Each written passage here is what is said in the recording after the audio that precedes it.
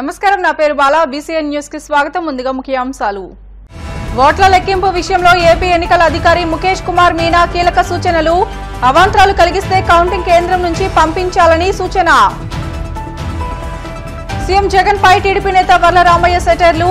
రాష్ట్రాన్ని అప్పులపాలు చేశారంటూ ఆరోపణ. విశాఖలో ఓట్ల కౌంటింగ్ కు పటిష్ట ఏర్పాట్లు.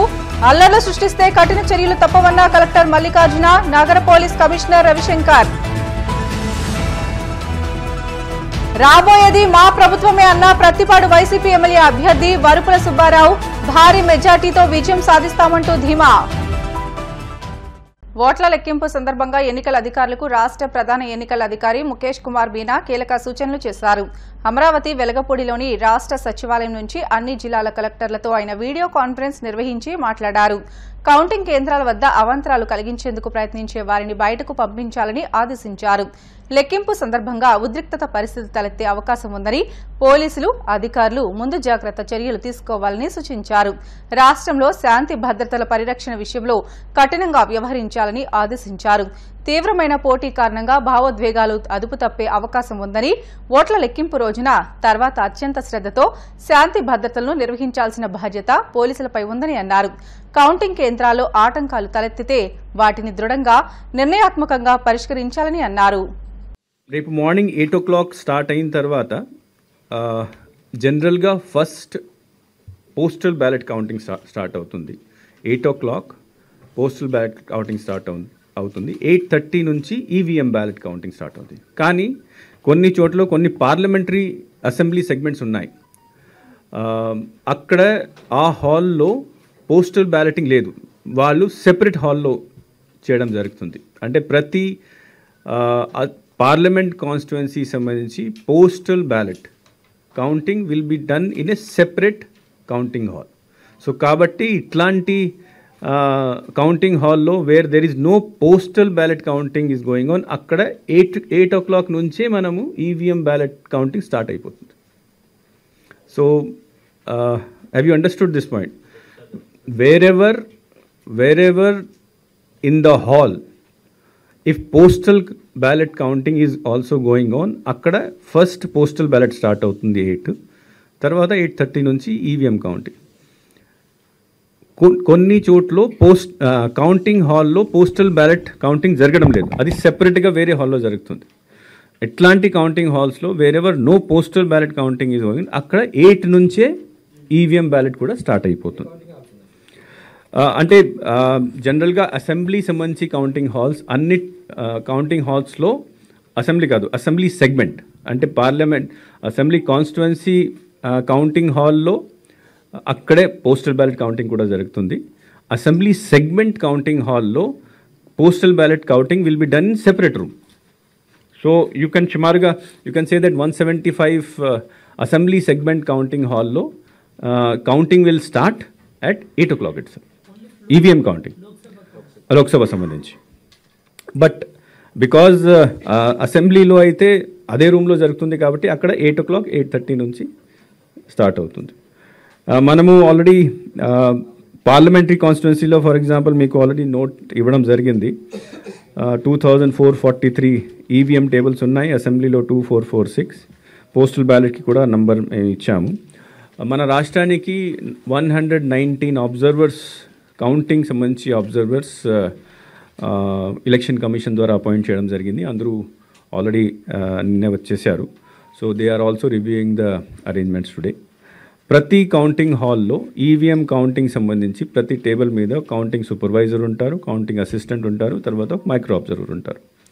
పోస్టల్ బ్యాలెట్ టేబుల్ మీద ఏఆర్ఓ, ప్రతి టేబుల్ మీద ఒక ఏఆర్ఓ ఉంటారు. ఏఆర్ఓ ఉంటారు, కౌంటింగ్ అసిస్టెంట్స్ ఉంటారు, తర్వాత కౌంటింగ్ సూపర్వైజర్ అంటే ఒక ఏఆర్ఓ, ఒక counting supervisor, 2 counting assistants, micro observer అక్కడ ఉంటారు. So that is related to then ప్రతి కౌంటింగ్ హాల్లో కౌంటింగ్ ఏజెంట్స్ని మనం అపాయింట్ చేస్తున్నాం.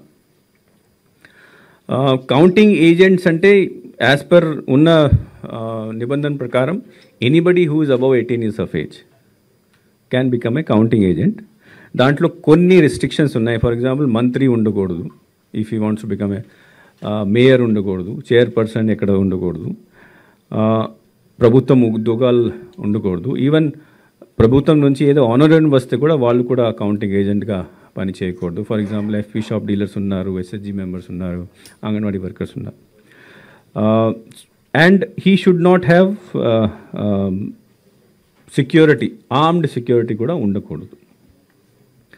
సో వాళ్ళని ఎక్సెప్ట్ దాస్ ఎనీబడి, దాంట్లో ఈ కాన్స్టిట్యుయెన్సీ సంబంధించి ఓటర్ అయి ఉండాలి, లేకపోతే ఈ రాష్ట్రం నుంచి ఉండాలి, అట్లాంటి కూడా నిబంధన ఏం లేదు. Only 18+ years minus certain restrictions. Already అన్ని జిల్లాల్లో, అన్ని కాన్స్టిట్యుయెన్సీస్లో పేరు ఇవ్వడం జరిగింది. వాళ్ళందరికీ పాస్లు ఇవ్వడం జరుగుతుంది. పాస్ కూడా ఇచ్చేశారు జిల్లా కలెక్టర్స్ ఇచ్చిన ఇన్ఫర్మేషన్ ప్రకారం. And they will report before 8 o'clock on the day of counting. Number of counting agents అంటే ప్రతి కౌంటింగ్ టేబుల్కి ఒక ఏజెంట్, ప్రతి పార్టీ నుంచి, ప్రతి క్యాండిడేట్ తరఫు నుంచి ఒక ఏజెంట్ ఉంటారు. కౌంటింగ్ టేబుల్ అంటే counting table of EVM as well as counting table of postal ballot. తర్వాత ఆరో టేబుల్ పైన క్యాండిడేట్ లేదా వాళ్ళ ఎలక్షన్ ఏజెంట్, అదర్వైజ్ వాళ్ళు ఇద్దరు లేకపోతే, ఫర్ ఎగ్జాంపుల్ చాలా చోట్ల అసెంబ్లీ పార్లమెంట్ కాన్స్టిట్యున్సీకి వచ్చినప్పుడు ప్రతి పార్లమెంట్ కాన్స్టిట్యూన్సీలో 7 సెగ్మెంట్స్ ఉంటాయి.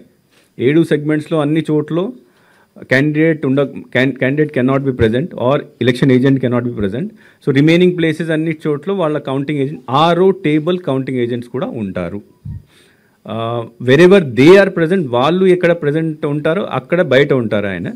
అక్కడ నుంచి వెళ్ళిపోయిన తర్వాత he can come and SIT in there. Inside hall counting hall లోపల వెళ్ళడానికి అవకాశం only counting staff, candidate or otherwise election agent or their RO table agent or ECI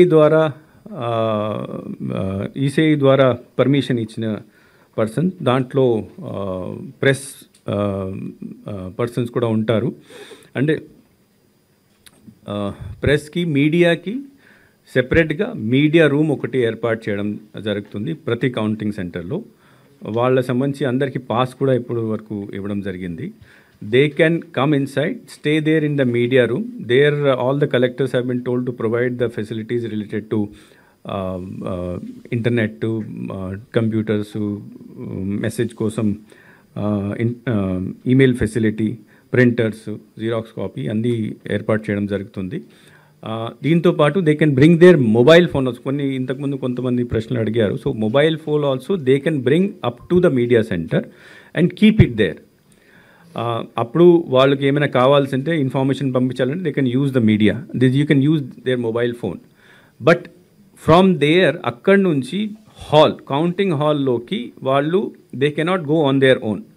వాళ్ళని అక్కడ నోడల్ ఆఫీసర్ ద్వారా, లేకపోతే అక్కడ INPR department, whoever is the concern in charge person, వాళ్ళు గ్రూప్స్లో తీసుకువెళ్ళి they will bring them to the counting hall. అక్కడ camera కూడా తీసుకువెళ్ళచ్చు. కానీ they will put some boundary, అక్కడి వరకు వచ్చేసి ఫోటో తీసుకోవచ్చు, వీడియో కూడా తీసుకోవచ్చు. అండ్ దెన్ కొంతసేపు అక్కడ ఉండి they will be escorted back to the media centre. So every now and then district collect DEO తర్వాత ఆర్ఓ డిసైడ్ చేసి టైం ఇచ్చిన దీని ప్రకారం తీసుకువెళ్తారు. అక్కడ వాళ్ళు ఫోటో, వీడియో తీసుకోవచ్చు, బ్యాక్ రావచ్చు. But they are advise to stay in the media centre mostly. అటు ఇటు I advise not to move to around too much because ఈసారి కొద్దిగా సెక్యూరిటీ అరేంజ్మెంట్స్ చాలా టైట్గా ఉన్నాయి. దట్ ఈస్ వై మూవ్మెంట్ మీద చాలా రెస్ట్రిక్షన్స్ మనం పెడుతున్నాం. Now some specific information about rounds. మనకు అమలాపురం పార్లమెంటరీ కాన్స్టిట్యుయెన్సీలో మ్యాక్సిమం 27 రౌండ్స్ జరుగుతాయి parliament constituency. So 9 to 10 hours is what maximum time it will take for that constituency. Morning 8 నుంచి స్టార్ట్ అయితే 6 వరకు పూర్తి అయిపోతుంది. అసెంబ్లీ కాన్స్టిట్యుయెన్సీకి వస్తే పార్లమెంట్లోనే మినిమం రౌండ్స్ 13 రౌండ్స్ రాజమండ్రి, నర్సాపురంలో ఉంటాయి. సో అది మ్యాక్సిమం 5 అవర్స్లో ఈవీఎం కౌంటింగ్ పూర్తి అయిపోతుంది. జనరల్గా ఏమవుతుందంటే ఈవీఎం కౌంటింగ్ అయిన తర్వాత మళ్ళీ మనము స్లిప్ కౌంటింగ్ చేయడం జరుగుతుంది. తర్వాత ఫైనల్ టాబ్యులేషన్ కొంత 1 or 2 hours దాంట్లో పడతాయి. బట్ ఈవీఎం కౌంటింగ్ అయితే విదిన్ 5 hours కంప్లీట్ అయిపోతుంది. ఫైనల్ రిజల్ట్కి వచ్చినప్పుడు ఇంకా 1 or 2 hours పడవచ్చు. అసెంబ్లీ కాన్స్టిట్యున్సీస్కి వస్తే 26 రౌండ్ మ్యాక్సిమం భీమిలి వైజాగ్ జిల్లాలో, తర్వాత పాణ్యం నంద్యాల జిల్లాలో అక్కడ 26 రౌండ్స్ జరుగుతాయి. సో 9 to 10 అవర్స్ అక్కడ కూడా పడుతుంది. Minimum rounds again Kovur Narsapuram assembly constituencies 13 rounds 5 hours maximum. Again ఇంతకుముందు కూడా చెప్పాము, మళ్ళీ రిపీట్ చేస్తున్నాము. కాన్స్టిట్యున్సీస్లో 3 కాన్స్టిట్యున్సీస్లో as I said 9 to 10 hours పడుతుంది. 61 కాన్స్టిట్యున్సీస్ 21 to 24 అంటే 6 to 8 అవర్స్లో కంప్లీట్ అయిపోతుంది. And below that within 5-6 అవర్స్లోనే 111 constituencies కొద్దిగా తొందరగా అవుతాయి. సీఎం జగన్మోహన్ రెడ్డిపై టీడీపీ పొలిట్ బ్యూరో సభ్యుడు వర్ల రామయ్య తీవ్రస్థాయిలో ఆగ్రహం వ్యక్తం చేశారు. ఎన్నికల నోటిఫికేషన్ తర్వాతే సీఎం జగన్ రానున్న 4,000 కోట్లతో కలిపి దాదాపు 25,000 కోట్ల అప్పులు చేశారని ఆరోపించారు. రాష్ట్రాన్ని జగన్ అప్పుల పాలు చేశారని, కమిషన్లకు కక్కుర్తిపడి పరిమితికి మించి అప్పులు చేశారని వర్ల రామయ్య ఆరోపించారు. ఎన్నికల నోటిఫికేషన్ తర్వాత కూడా దాదాపు 25,000 కోట్ల అప్పులు చేశారని, దీంతో జూన్ 1 నాటికి కేంద్ర ప్రభుత్వ ఎఫ్ఆర్బీఎం పరిమితి దాటిపోయిందని అన్నారు. ఎన్నికల ప్రకటన తర్వాత తెచ్చిన 21,000 కోట్లు ఎవరికి ఇచ్చారో సీఎం జగన్ శ్వేతపత్రం విడుదల చేయాలని అన్నారు. నచ్చిన కాంట్రాక్టర్లకు పనులు ఇచ్చి కమిషన్లు దండుకున్నారని ధ్వజమెత్తారు. ఆంధ్రప్రదేశ్ రాష్ట్రం అభివృద్ధిలో అగ్రగామిగా ఉన్న రోజులను మనం గుర్తు చేసుకుంటే, జగన్మోహన్ రెడ్డి గారు ముఖ్యమంత్రి అయిన తర్వాత ఈ రాష్ట్రాన్ని అప్పుల ఆంధ్రప్రదేశ్గా మార్చేశారని చెప్పడానికి చాలా బాధపడుతున్నా. ఆయన బినామీ కాంట్రాక్టర్లకి చెల్లించటం కోసం, తనకిష్టమైన కంపెనీలకి చెల్లించటం కోసం ఆయన పరిమితికి మించి అప్పులు చేశారు.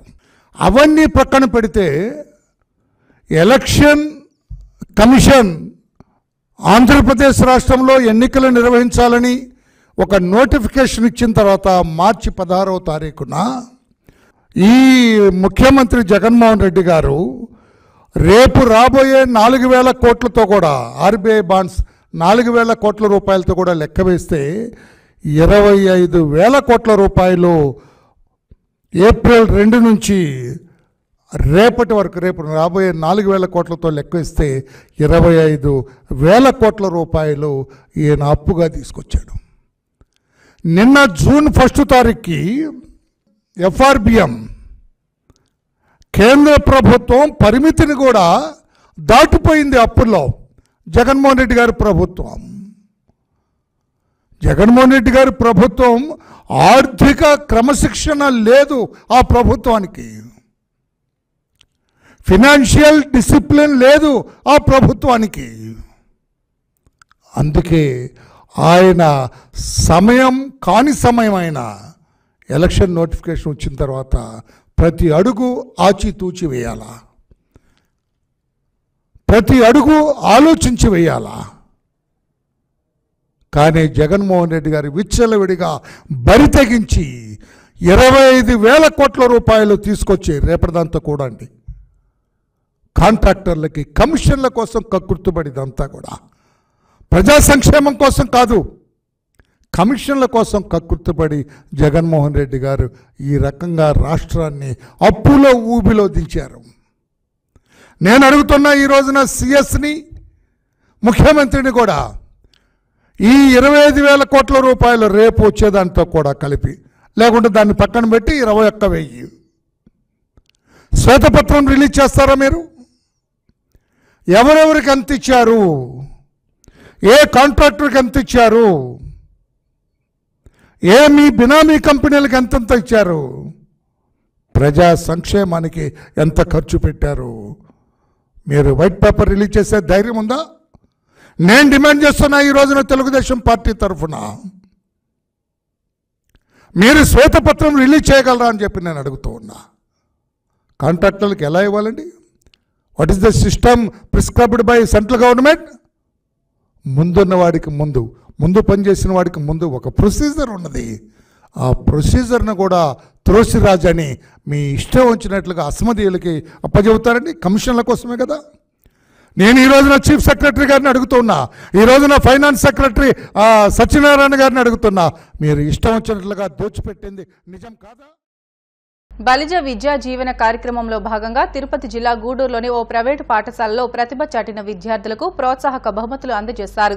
ఈ సందర్భంగా బలిజ అభ్యుదయ సేవా సంఘం నాయకుడు సారంగం శ్రీనివాసరావు మాట్లాడుతూ బలిజ కమ్యూనిటీకి చెందిన పారిశ్రామికవేత్తలు ముందుకు వచ్చి పేద విద్యార్థులు విద్యను అభ్యసించేలా బలిజ విద్యా దీవెన కార్యక్రమానికి సహకారం అందిస్తున్నట్లు తెలియజేశారు. పేదలు విద్యకు దూరం కాకూడదనే లక్ష్యంతో పనిచేస్తున్నట్లు తెలియజేశారు. బలిజలు అన్ని రంగాల్లో రాణించి రాష్ట్ర అభివృద్ధిలో భాగస్వామ్యం సాధించాలని పిలుపునిచ్చారు. ఈ కార్యక్రమంలో బలిజ అభ్యుదయ సంక్షేమ సంఘం సభ్యులు, పారిశ్రామికవేత్తలు తదితరులు పాల్గొన్నారు. నాకెందుకు తెలీదు, అది బిర్లా మందిర్ కదా అని అడిగాను. అప్పుడు అన్నాడు ఆయన, అది బిర్లా మందిర్ కాదు, వెంకటేశ్వర స్వామి దేవస్థానం. బిర్లా వాళ్ళు కట్టారు కాబట్టి అది బిర్లా మందిర్ అయింది. ఈరోజు రామ మందిరం అయినా కూడా ఒక వ్యక్తి కట్టే అది ఆయన మందిరం అవుతుందే కానీ బిర్లా దేవుడి మందిరం కాదు అని అన్నారు. అదే మాదిరి బలిజ సంఘం కానీ ఇంకొక సంఘం కానీ ఏ సంఘం కానీ 10 మంది కలిసి కార్యక్రమాలు చేస్తేనే అది సంఘం అవుతుంది.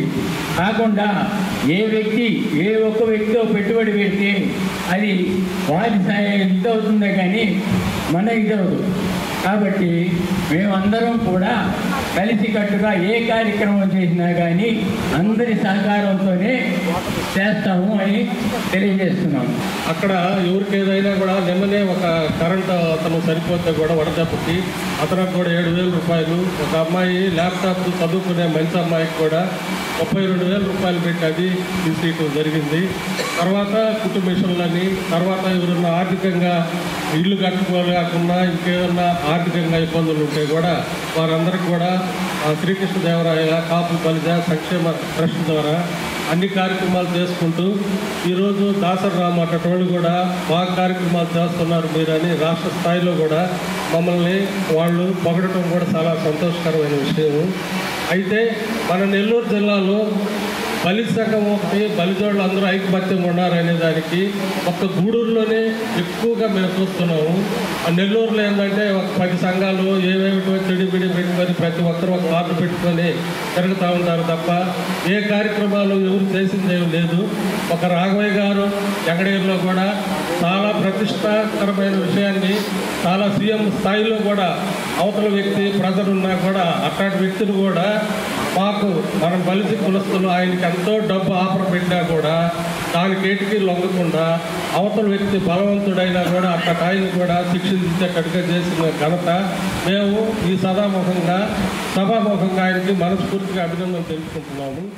కానీ ప్రతి ఒక్కరూ బిటల షార్ట్ బ్రేక్ తీసుకుందాం. శ్రీవితాజ్.